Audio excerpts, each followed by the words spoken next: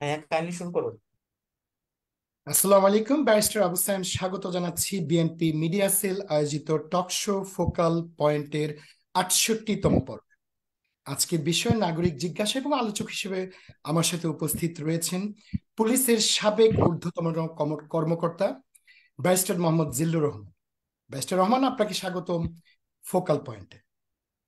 জি, আসসালামু আলাইকুম। আমাকে যারা শুনছেন এবং পরবর্তী যারা যারা শুনবেন সবাইকে শুভেচ্ছা এবং এবং উপস্থাপক ব্যারিস্টার আবু সাইম ভাইকে ধন্যবাদ। ধন্যবাদ ব্যারিস্টার রহমান। আমরা সরাসরি অনুষ্ঠানে চলে যাচ্ছি।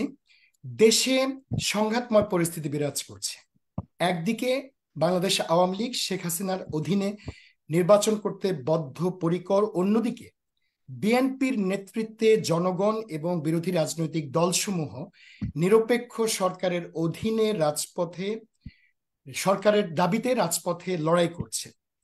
ঠিক এমনই অবস্থায় নির্বাচন কমিশন তফসিল ঘোষণা করেছে ৭ই জানুয়ারি নির্বাচনের তারিখ ধার্য করে। এই ঘোষণার সাংবিধানিক বাধ্যবাধকতা কতটুকু ছিল বলে আপনি মনে করেন, নাকি সরকারের চাপে তারা এটি করেছে? জি, ধন্যবাদ। আপনি যে প্রশ্নটা করলেন এটা অ্যাপারেন্টলি যেটা মনে হয় যে এটা সরকারের চাপেই করেছে, কারণ আপনি যদি গত পরশু দিনের পত্রিকার যদি নিউজ দেখেন, সেখানে কিন্তু চিফ ইলেকশন কমিশনার মহোদয় উনি কিন্তু বলেছিলেন যে 23শে নভেম্বর উনি তফসিল ঘোষণা করবেন, এবং ওনার পক্ষ থেকে বলা হয়েছিল যে এই 23শে নভেম্বর যদি আমি তফসিল ঘোষণা করি তাহলে একটা সময় পাওয়া যাবে এবং এই সময়ের ভিতর রাজনৈতিক দলগুলো তারা একটা সমঝোতার চেষ্টা করবে। এবং উনি কিন্তু বারংবার কিন্তু বলেছেন যে যদি রাজনৈতিক সমঝোতার মাধ্যমে যদি সকল দল যদি আসে তাহলে এটা পার্টিসিপেটরি ইলেকশন হবে এবং একটা সুষ্ঠু নির্বাচন সম্ভব। কিন্তু যে মুহূর্তে আমরা আমরা গত পরশুদিন আমরা দেখলাম ডোনাল্ড লুয়ের যে চিঠি, অর্থাৎ আমেরিকান আমেরিকান সরকারের যে চিঠি, এটা পিটার হাস প্রথমে দিলেন জাতীয় পার্টিকে, তারপরে দিলেন বিএনপিকে এবং তারপরে দিলেন আওয়ামী লীগকে। যে মুহূর্তে দিলেন তার একদিন পর পরই দেখলাম যে তড়ি ঘড়ি করে এবং তড়িৎভাবে এই তফসিলটা ঘোষণা করা হলো। এবং আমরা যেটা পত্রপত্রিকাতে দেখেছি, পত্রিকার ভাষ্য অনুসারে, যে এই চিঠিটা দেওয়ার জন্য গত এক সপ্তাহ ধরে ডোনাল্ড লু নাকি চেষ্টা করছিলেন আওয়ামী লীগকে দেওয়ার জন্য ওবায়দুল কাদেরকে। কিন্তু মাননীয় প্রধানমন্ত্রী থেকে ওবায়দুল কাদেরকে নাকি বলা হয়েছিল যে তুমি কোনোভাবেই পিটার হাসকে অ্যাপয়েন্টমেন্ট দিবে না, পারলে তুমি বিদেশের চিকিৎসা পারপাসে চলে যাও। আজকেও আমি কয়েকটা পত্র পত্রিকায় এরকমই ইঙ্গিত দেখলাম। কিন্তু যে মুহূর্তে পিটার হাস ওবায়দুল কাদেরকে চিঠিটা দিলেন, মানে তার একদিন পর পরই এই তফসিল ঘোষণা করা হলো। আর আপনি এই যেটা বললেন, চিঠিটার বক্তব্য কি ছিল? চিঠির বক্তব্য যেটা ছিল সেটা বলা হয়েছিল যে একটা রাজনৈতিক সমঝোতা এবং সকল দলের সাথে আলোচনা করে একটি গ্রহণযোগ্য বা একটা অন্তর্বর্তীকালীন, যে একটা মানে সবার কাছে গ্রহণযোগ্য একটা অন্তর্বর্তীকালীন আহ, অন্তর্বর্তীকালীন সরকার, এবং যাতে ফ্রি, যদিও তারা ডাইরেক্টলি অন্তর্বর্তীকালীন সরকারের কথা বলে নাই, বাট তারা বলেছেন যে আপনারা এমন একটা মেকানিজম ডেভেলপ করেন যে মেকানিজম দিয়ে একটা free, fair and credible election করা যায়। কিন্তু যে মুহূর্তে চিঠিটা তিনারা পেলেন, সেই মুহূর্তেই মানে তার পরের দিনই তফসিল ঘোষণা করা হলো। আর আপনি যেটা সাংবিধানিকতার কথা বলছেন, সেই ক্ষেত্রে 23 তারিখে করলে 2 সপ্তাহ পরে করলে তো আহামরি কোনো কিছু হতো না, কারণ আমাদের এখন যে বিদ্যমান সংবিধান, সংশোধিত যে বিদ্যমান সংবিধান, সেই সংবিধান অনুসারে 29শে জানুয়ারির ভিতর আমাদের বা ইলেকশন কমিশনে নির্বাচন করার একটি বাধ্যবাধকতা রয়েছে। তাহলে সেই ক্ষেত্রে যদি আমরা এক সপ্তাহ যদি আগায় আনি, তাহলে জানুয়ারির 22 তারিখেও যদি ইলেকশন করা হয় বা করা হতো, তাহলে কিন্তু সংবিধান লঙ্ঘন হয় না। কিন্তু কেন যে তারা এটা তড়িৎ গতিতে করলেন, সেটা সেটা কারোর হয়তো বুঝতে অসুবিধা হচ্ছে না। তাহলে আপনার বক্তব্য থেকে তো প্রতীয়মান যে এখানে সাংবিধানিক কোনো বাধ্যবাধকতা ছিল না, সরকারের চাপে পড়ে নির্বাচন কমিশন এই কাজটা করেছে।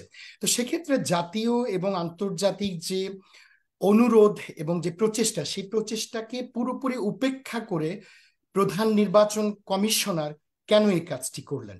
যেখানে সমঝোতার কথা তিনি নিজেই উচ্চারণ করেছেন, সেই জায়গাটাতে তার এই যে বক্তব্যটা, ঘোষণাটা, সেটা তো জাতিকে পুরোপুরি একটা সংঘাতের দিকে আরো ঠেলে দিচ্ছে। কেন তিনি এটা করলেন?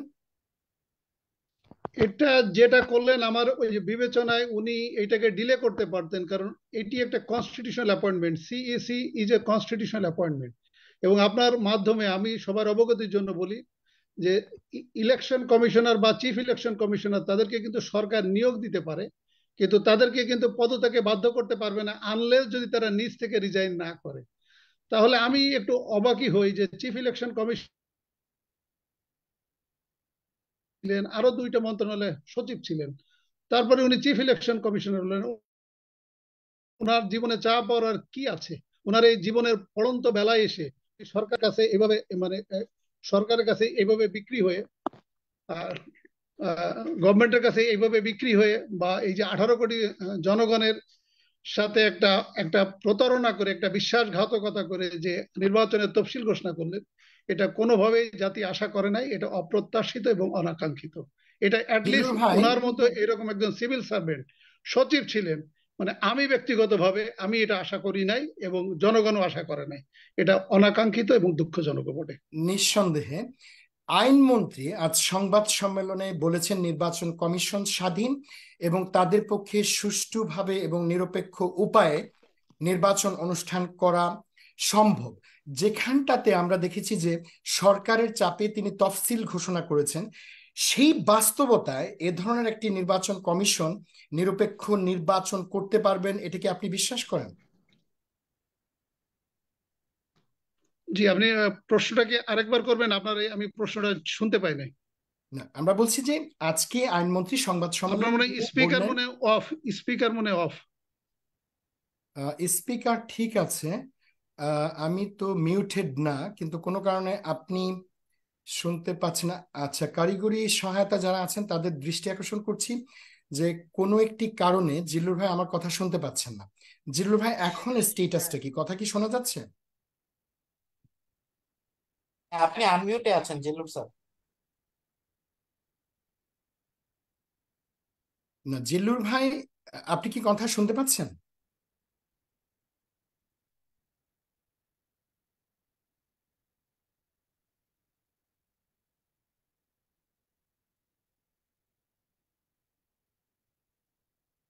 হ্যাঁ জিল্লুর ভাই, আমার মনে হচ্ছে কোথাও কানেকশন একটা ত্রুটি হচ্ছে। ভাইয়া আমাদের এখানে কানেকশন সব ঠিক আছে, সম্ভবত জিল্লুর স্যারের ওখানে কোনো প্রবলেম হ্যাঁ, হচ্ছে কিনা। জিল্লুর ভাই ওখানে কোথাও কিছু একটা হচ্ছে। আমি আবার চেক করে দেখলাম, আমি আনমিউট অবস্থাতেই আছি।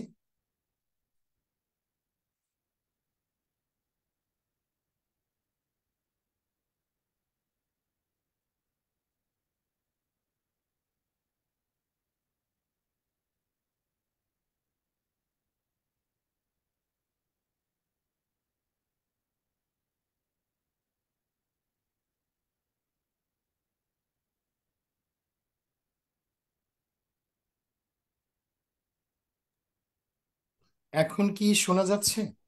এখন শোনা যাচ্ছে, জি ঠিক বলেন। আছে, তাহলে আমি প্রশ্নটা আবার করি আপনাকে। জি জি আইনমন্ত্রী আজ সংবাদ সম্মেলনে বলেছেন এই নির্বাচন কমিশন স্বাধীন এবং তাদের পক্ষে সুষ্ঠু ও নিরপেক্ষভাবে নির্বাচন অনুষ্ঠান করা সম্ভব। তো যে বাস্তবতায় আমরা দেখছি যে সরকারের চাপে পড়ে তড়িঘড়ি করে একটা তফসিল ঘোষণা করলো নির্বাচন কমিশন, সেক্ষেত্রে আপনি কি মনে করেন যে আসলেই তাদের পক্ষে সুষ্ঠু ও নিরপেক্ষভাবে একটা নির্বাচন অনুষ্ঠান করা সম্ভব? জি, আইনমন্ত্রী আইনমন্ত্রী যে বক্তব্যটি দিয়েছেন যে যে নির্বাচন কমিশন স্বাধীন, নির্বাচন কমিশন স্বাধীন এটা খাতা কলমে স্বাধীন। নির্বাচন কমিশন যে স্বাধীন না এটা পরাধীন, এটা আমি আপনার মাধ্যমে একটু জনগণকে বলতে চাচ্ছি। সেটি হচ্ছে যে সেটি হচ্ছে যে আমাদের যে RPO, the RPO, the Representation of People's Order 1972 বা নির্বাচন কমিশন আইন 1972, এই 72 আইনে আগে যেটা ছিল সেটা সেটা সেই আইনে নির্বাচন কমিশন চাইলে কিন্তু টোটাল জাতীয় নির্বাচন কিন্তু বাতিল করার ক্ষমতা ছিল। এখন কিন্তু এই আইনে যে সংশোধনী এনেছে এই বছরের জানুয়ারি বা ফেব্রুয়ারি মাসে পার্লামেন্ট, সেই আইনে সংশোধনী এনে সেকশন 49 এবং 91-এ যেটা বলা হচ্ছে যে এখন যদি কোনো ইলেকশন শুরু হয় তাহলে কোনো কনস্টিটিউয়েন্সিতে যদি কোনো গোলযোগ অথবা গুরুতর অনিয়মের অভিযোগ আসে, তাহলে ইলেকশন কমিশন সেই নির্বাচন বাতিল করতে পারবে না। যেটা আপনি যদি দেখে থাকেন লক্ষ্মীপুর এবং ব্রাহ্মণবাড়িয়াতে যেটা ঘটেছে, সেখানে কিন্তু একটি বা দুইটি কেন্দ্রের নির্বাচন তারা বাতিল করতে পেরেছে। এখানে এখানে সরকারের যে পাতানো বা যে ওই যে মিডিয়া, তারা কিন্তু প্রোপাগান্ডা করেছে এবং তারা বাহবা দিয়েছে যে ইলেকশন কমিশন ভোট বাতিল করতে পেরেছে। আসলে পুরো কনস্টিটিউন্সির ভোট কিন্তু তারা বাতিল করতে পারে নাই, তারা শুধুমাত্র একটি বা দুইটি বা তিনটি কেন্দ্রে ভোট বাতিল করতে পারে, এবং সেটি আইনি ক্ষমতা দেওয়া আছে সেকশন 49-এ, যেটা সংশোধন করেছে। এবং একইভাবে যদি জাতীয় নির্বাচন যদি একবার শুরু হয়ে যায়, সেই ক্ষেত্রে যদি রিটার্নিং অফিসার একবার রেজাল্ট যদি বিকাল 5টার সময় ডিক্লেয়ার করে দেয়, সেটিতে যদি গুরুতর অনিয়ম হয়, তাহলে সেই ক্ষেত্রে ইলেকশন কমিশনের কিন্তু এই নির্বাচন বাতিল করার ক্ষমতা নাই বা এখতিয়ার নাই সেকশন 91-এ যেটা সংশোধন এনেছে। এবং সেই ক্ষেত্রে যিনি এগ্রিভ পার্টি, তাকে কিন্তু হাইকোর্টে আসতে হবে, হাইকোর্টে এসে তাকে মামলা করতে হবে। তাহলে আমরা কিন্তু 2018 সালে আমরা কিন্তু অলমোস্ট সকল অপোজিট ক্যান্ডিডেট যারা নির্বাচনে হেরে গিয়েছিল এবং যারা এগ্রিভ ছিল, তারা কিন্তু উচ্চ আদালতে এসেছে এবং ওই আদালতে তারা মামলা করেছে, এবং 2018 থেকে 2023 পর্যন্ত ওই সমস্ত মামলার কিন্তু কোনো প্রকার হিয়ারিং এবং নিষ্পত্তি হয় নাই। ইন দ্য মিন টাইম কিন্তু 5 ইয়ার্স হয়ে গেছে, সরকারে কিন্তু পরিবর্তন হয়ে গেছে। দেখেন এত বড় একটা জনগুরুত্বপূর্ণ সম্পন্ন বিষয়, কিন্তু সংশ্লিষ্ট বেঞ্চের যে বিচারপতিদ্বয়, তারা কিন্তু এটা হিয়ারিং এটা নিষ্পত্তি করে নাই। তাহলে আপনি যে বলছেন যে নির্বাচন কমিশন স্বাধীন এবং তারা সুষ্ঠু নির্বাচন করতে পারবে, আমি আপনার মাধ্যমে আপনার মাধ্যমে জনগণকে একটু অবহিত করতে চাই। ইলেকশন কমিশনের যে অবস্থা, তিনারা কিন্তু একটা গাড়ির মেকানিক হিসেবে কাজ করছে, ইভেন তারা ড্রাইভিং আসনে নাই। আমি কিন্তু একাধিক টক শোতে আমি বলেছি যে তাদের যদি ইলেকশন কমিশনের যদি সদ ইচ্ছা থাকতো যে তারা সুষ্ঠু নির্বাচন করবে, তারা কিন্তু বারবার ওই যে বলেছে যে রাজনৈতিক এই বিষয়টি ব্যারিস্টার রহমান, এই বিষয়টি কিন্তু আমি আপনার কাছে আসতাম, যেহেতু আপনি প্রসঙ্গটি পারলেনই, আমি আমাদের দর্শকদের জন্য এটাকে প্রশ্ন আকারে দিতে চাচ্ছি। সেটি হলো যে আইনি যে কাঠামো আছে বা সাংবিধানিক যে ব্যবস্থাটা আছে, সেখানটাতে যতটুকু ক্ষমতা নির্বাচন কমিশনের আছে, সেই ক্ষমতা প্রয়োগ করবার সদিচ্ছাটা কি তাদের আছে? বর্তমান যে পরিস্থিতি, সে কারণে কি আপনার মনে হয় যে তাদের ভেতরে সদিচ্ছা আছে একটা ভালো নির্বাচন করবার? আমার কাছে এটা মনে হয় না, কারণ তারা কিন্তু বারবার বলেছে যে রাজনৈতিক সমঝোতা আমাদের কাজ নয়, তারা বলেছে সংবিধান সংশোধন করা আমাদের কাজ নয়, তারা বলেছে কেয়ারটেকার গভর্নমেন্ট বা অন্তর্বর্তীকালীন গভর্নমেন্ট হবে কি হবে না সেটা আমাদের কাজ নয়। এটা আমি মেনে নিলাম, এটা তাদের কাজ নয়। কিন্তু তারা একটা সুষ্ঠু নির্বাচন করার জন্য যে ন্যূনতম আগ্রহ, সেই আগ্রহ আমি দেখি নাই। আমি গত কয়েকটি টক শোতে আমি ইলেকশন কমিশনকে উদ্দেশ্য করে বলেছি যে আপনার সংবিধান সংশোধন করা লাগবে না, আপনি দ্য রুলস অফ বিজনেস 1986, এটা একটি আইন, যে আইনের সেকশন 8-এর তফসিল 5-এর 8, 9, 10, এখানে কিন্তু আমাদের বাংলাদেশ পুলিশের SP টু আপওয়ার্ডের পদায়ন করে হলো মাননীয় প্রধানমন্ত্রী, এবং অ্যাডমিন ক্যাডারের DC টু আপওয়ার্ড এদের প্রদান করে হলো মাননীয় প্রধানমন্ত্রী, আনসারের লেফটেন্যান্ট কর্নেল টু আপওয়ার্ড এবং সেনাবাহিনীর কর্নেল টু আপওয়ার্ড এদের প্রদান করে হচ্ছে মাননীয় প্রধানমন্ত্রী। এখন ইলেকশন কমিশন যখন ইলেকশনটা হয়, তখন এই মুহূর্তে সবচেয়ে গুরুত্বপূর্ণ ভূমিকা পালন করে কিন্তু জেলার SP, DC এবং সেনাবাহিনীর থেকে যারা কর্মরত হিসেবে আসে লেফটেন্যান্ট কর্নেল, এবং আনসারের থেকে যারা দায়িত্বপ্রাপ্ত আসেন তারা ওই যে লেফটেন্যান্ট কর্নেল সমমর্যাদা কর্মকর্তা সম্পন্ন, এবং BGB থেকে যারা আসে তারাও কিন্তু কমান্ডিং অফিসার থেকে লেফটেন্যান্ট কর্নেল। এখন ওই বিদ্যমান যে পরিস্থিতি, আইনমন্ত্রী বলেছেন নির্বাচনকালীন সরকার, আমি বলবো এটা ওনার 100-তে 100% মিথ্যা কথা, মিথ্যা ডিক্লারেশন। এখন যে সংশোধিত সংবিধান, সেই সংশোধিত সংবিধানে কোনো নির্বাচনকালীন সরকারের কথা বলা হয় না। আপনি দেখেন 2014 সালে মাননীয় প্রধানমন্ত্রী একটা নাটক মঞ্চস্থ করার জন্য বেগম জিয়াকে বলেছিলেন আপনি কোন কোন মন্ত্রণালয় নেবেন, আপনি বলেন ওই মন্ত্রণালয় আপনাকে দিয়ে দিই, এবং ওই সময় একটা নির্বাচনকালীন সরকার গঠন করেছিল, কিন্তু এটা সাংবিধানিক কোনো বাধ্যবাধকতা নাই বর্তমান সংবিধান অনুসারে। আপনার খেয়াল আছে কিনা আমি জানি না, 2018 সালে কিন্তু তিনি কোনো নির্বাচনকালীন সরকার করেন নাই, এক্সিস্টিং যে মন্ত্রী পরিষদ ছিল সেই মন্ত্রী পরিষদ দিয়ে তিনি নির্বাচন করেছেন। দুটো পার্লামেন্ট ছিল। যে একটা পার্লামেন্ট পর্যায়ে। ছিল, পার্লামেন্ট ছিল, মন্ত্রী পরিষদ ছিল, সবই ছিল অ্যাজ ইউজুয়াল। উনি কোনো নির্বাচনকালীন সরকার করেন নাই 2018 সালে। আচ্ছা, এই প্রসঙ্গে ব্যারিস্টার রহমান, আমি সর্বশেষ প্রশ্নটি করতে চাই, অন্যান্য প্রসঙ্গ আমরা যাব। সেটি হচ্ছে যে আপনি যেটা বলছেন যে সদিচ্ছাও নির্বাচন কমিশনের নেই, আমি যদি তর্কের খাতিরে ধরেও নেই যে নির্বাচন কমিশনের সদিচ্ছাটা আছে, কিন্তু তা সত্ত্বেও কি শেখ হাসিনার অধীনে নির্বাচন কমিশন তাদের সদিচ্ছা নিয়ে একটা সুষ্ঠু ও গ্রহণযোগ্য নির্বাচন অনুষ্ঠান করতে পারত? আচ্ছা, এই এই এই প্রশ্ন যদি বলেন তাহলে কিন্তু আমি আমার একাধিক টক শোতে, আমার কোনো টক শো যদি আপনি শুনে থেকে থাকেন, সেখানে আমি বলেছি দ্য রুলস অফ বিজনেস 1986, এইখানে শুধু একটা অ্যামেন্ডমেন্ট লাগবে, এটা একটি আইন, এটি একটি অ্যামেন্ডমেন্ট লাগবে। অ্যামেন্ডমেন্টে শুধু বলবে যে নির্বাচনকালীন সময়ে এই যে পদগুলোর কথা আমি বললাম, এই পদগুলোর পদায়ন প্রধানমন্ত্রীর কাছে ফাইলটা না যেয়ে চিফ ইলেকশন কমিশনের কাছে যাবে এবং চিফ ইলেকশন কমিশন এই সিদ্ধান্ত নিবে। কিন্তু আমি কিন্তু একাধিক টকশোতে বলেছি, কিন্তু আমি এটি ওনাদের পক্ষ থেকে আমি কোনো ধরনের উদ্যোগ আমি দেখি নাই। কারণ তিনারা এসেছেন শুধুমাত্র বেতন নিতে, ওনারা এসেছেন একটা দায়িত্ব পালন করতে, কাউকে আনকনস্টিটিউশনালি ক্ষমতাটা আনার জন্য। আপনি যেটা বললেন যে এটা নির্বাচনকালীন সরকার কিনা, যেটা আইনমন্ত্রী বলেছে, এটা কোনোভাবেই নির্বাচনকালীন সরকার না, এটা অ্যাজ ইউজুয়াল পলিটিক্যাল গভর্নমেন্ট, যেটা 2018 সাল থেকে যে গভর্নমেন্টটা আছে সেই গভর্নমেন্টটারই কন্টিনিউশন হচ্ছে। এটা কোনোভাবেই নির্বাচনকালীন সরকার না, এটা জনগণের সামনে একটা ব্লাফ, একটা ভাওতাবাজি ছাড়া আর যদি নির্বাচনকালীন কিছুই না। সরকারও হয়, শেখ হাসিনা যদি সে সরকারের প্রধান হন, আপনি কি মনে করেন যে সেখানে একটা নিরপেক্ষ গ্রহণযোগ্য নির্বাচন অনুষ্ঠান সম্ভব? সেই ক্ষেত্রে খুব সেই সংক্ষিপ্ত। ক্ষেত্রে সেই ক্ষেত্রে আইনের সংশোধনী আনতে হবে, যেটা আরপিওর যে আইন সংশোধন করেছে, এই সংশোধনী বাতিল করে আগে যে আইনটি ছিল ওই আইন থাকতে হবে।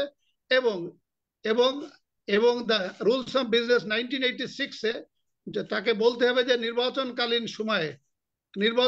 সময় এই সমস্ত অফিসারদের পদায়ন, এই ক্ষমতাটা চিফ ইলেকশন কমিশনের কাছে থাকবে। কিন্তু প্রশ্নটা হচ্ছে যে এখন যে বর্তমান যে ইলেকশন কমিশন, সেই ইলেকশন কমিশন তো দলীয়ভাবে নিয়োগপ্রাপ্ত।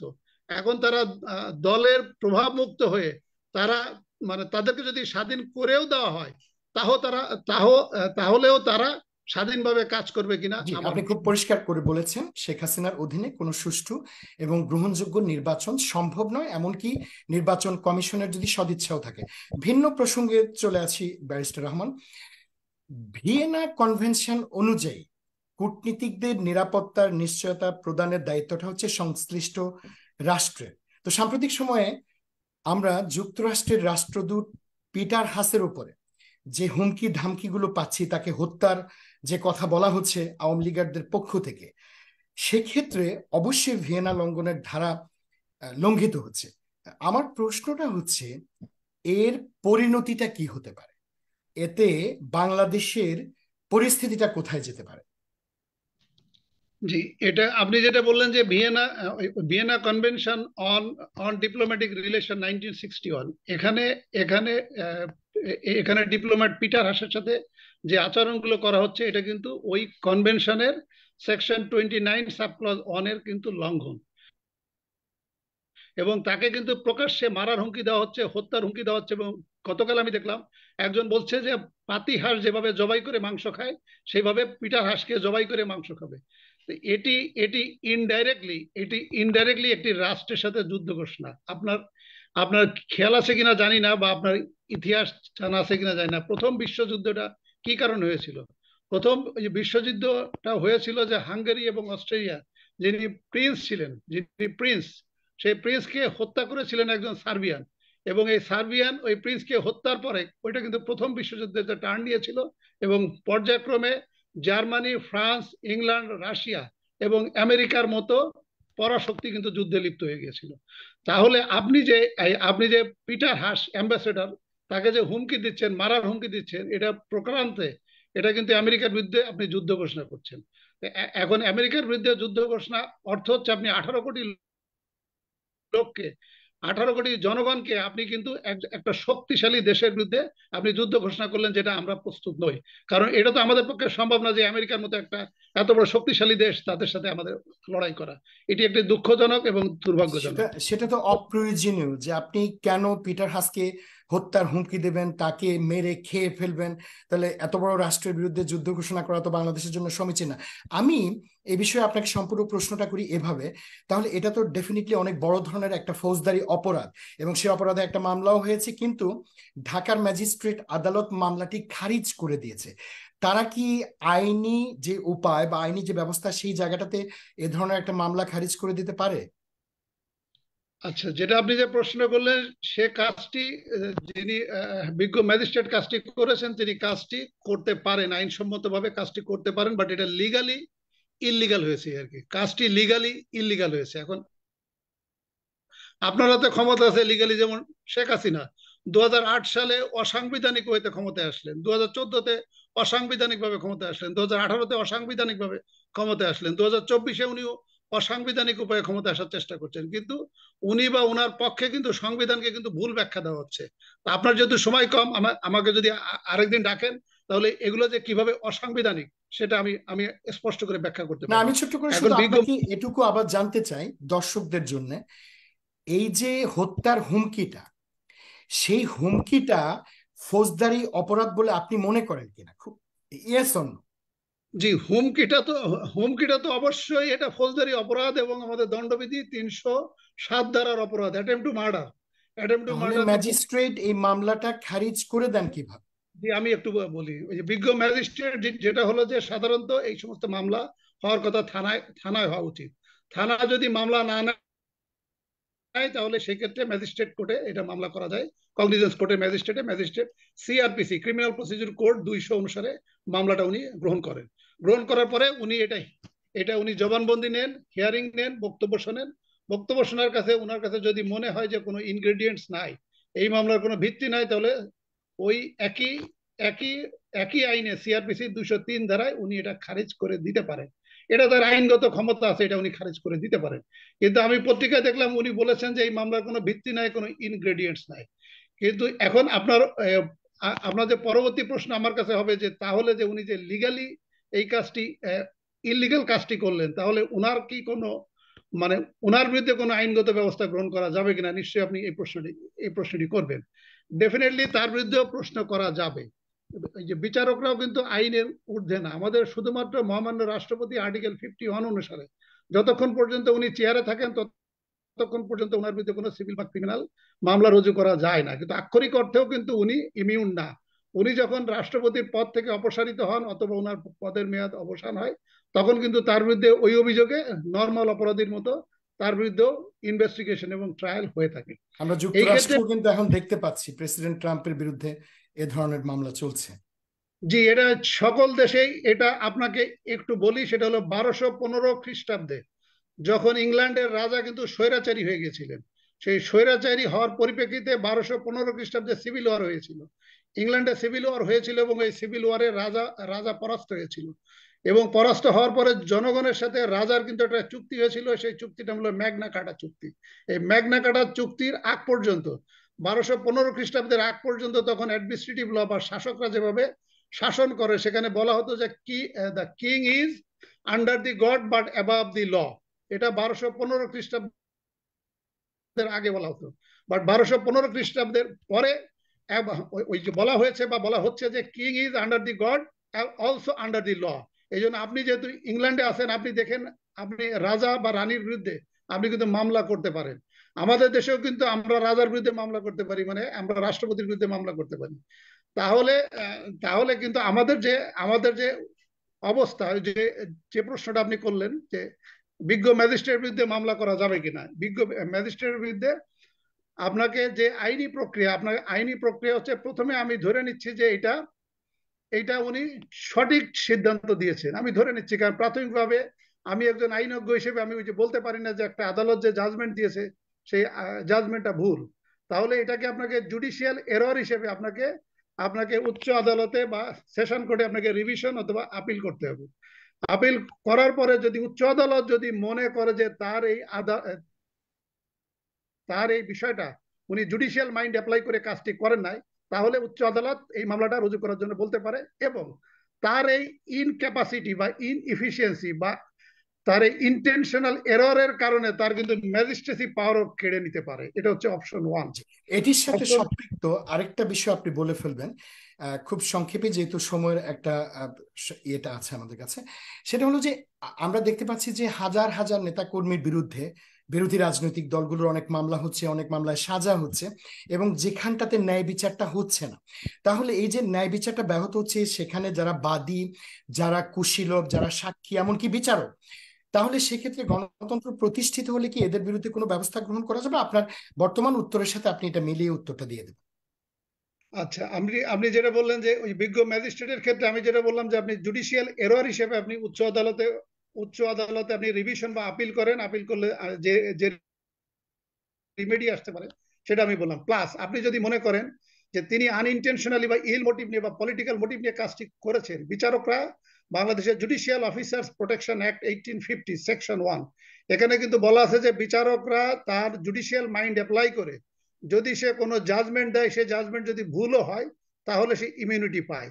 কিন্তু যদি সে জুডিশিয়াল মাইন্ড অ্যাপ্লাই না করে, যদি সে ইন্টেনশনালি ইল মোটিভ নিয়ে পলিটিক্যালি পারপাস সার্ভ করার জন্য যদি কাজটি করে থাকেন, তাহলে ওই আইনে উনি ইমিউনিটি পাবেন না। তাহলে ভুক্তভোগী তার যে কমান্ডিং অফিসার বা তার যে সুপারভাইজিং অফিসার তার কাছে একটা লিখিত অভিযোগ করতে পারেন, এবং লিখিত অভিযোগে যদি প্রমাণিত হয় যে সে ইন্টেনশনালি পারপাসফুলি এই কাজটি করেছে, তাহলে কিন্তু তার চাকরিচ্যুত হতে পারেন।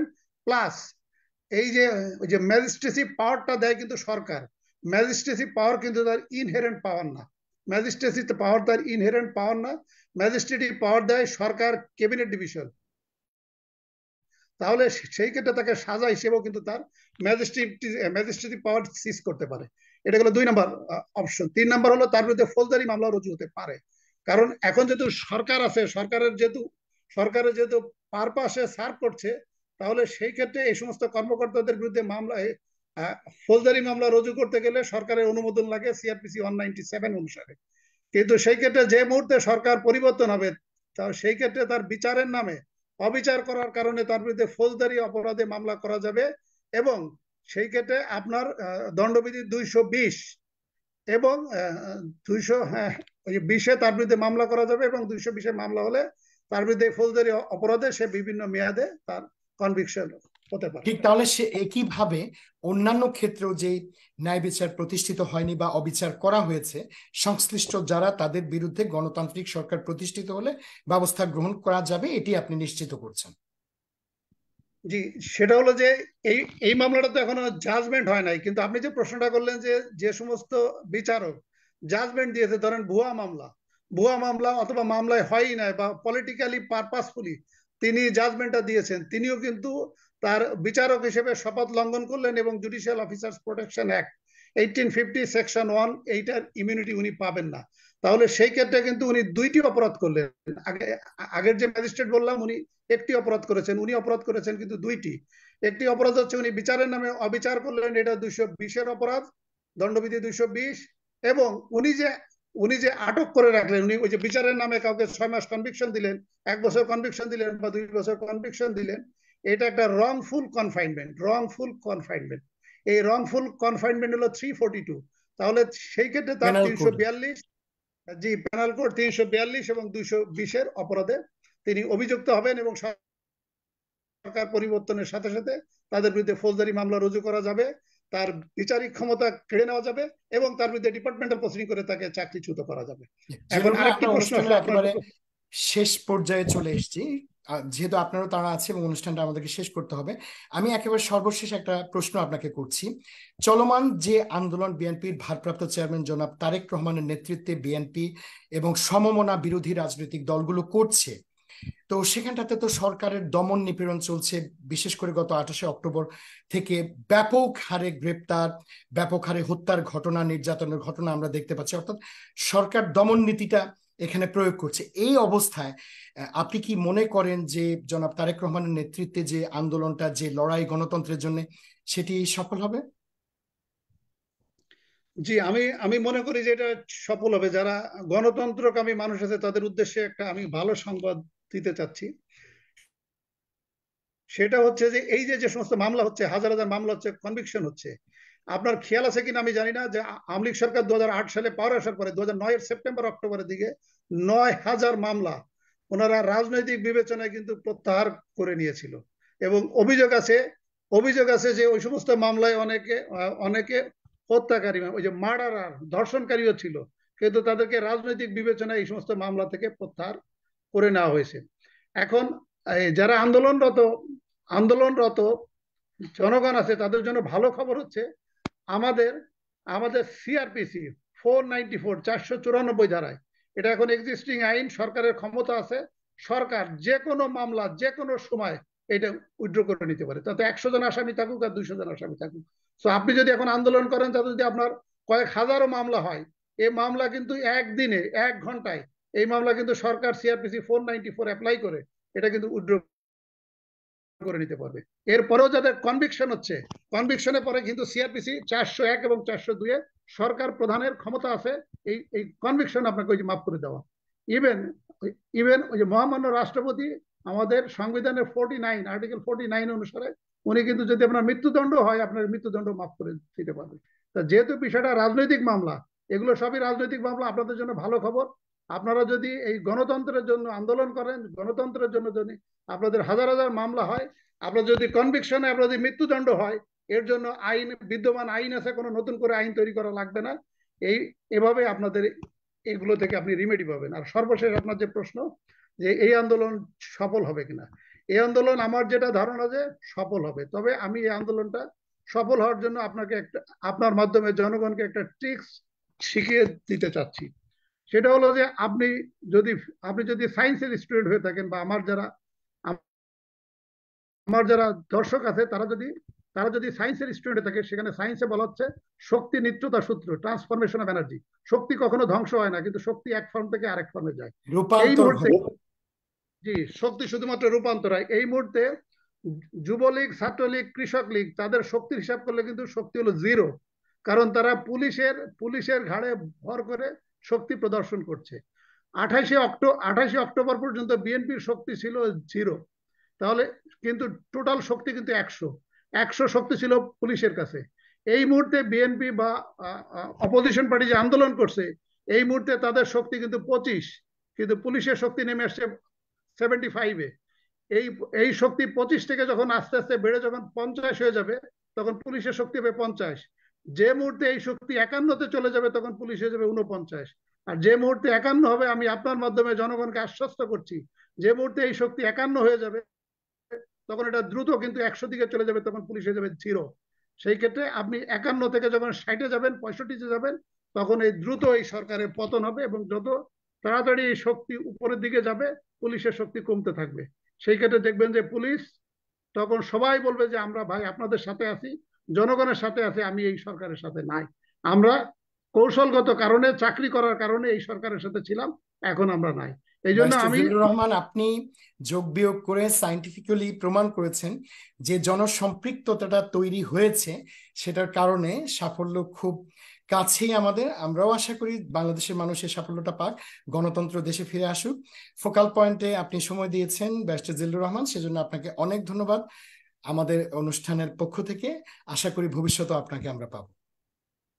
জি, আমার পক্ষ থেকে আমাকে যারা শুনেছেন বা পরবর্তীতে যারা শুনবেন, সবাইকে আন্তরিকভাবে ধন্যবাদ। এবং আপনাদের আন্দোলন, আপনাদের বলতে আমাদের বা আমাদের 18 কোটি জনগণের আন্দোলন সফল হোক, এই কামনা করে আমি আজকের মতো বিদায় নিচ্ছি। আসসালামু আলাইকুম। দর্শক, আমাদের সাথে থাকার জন্য আপনাদেরকে অসংখ্য ধন্যবাদ এবং কৃতজ্ঞতা। পরবর্তী অনুষ্ঠানের আমন্ত্রণ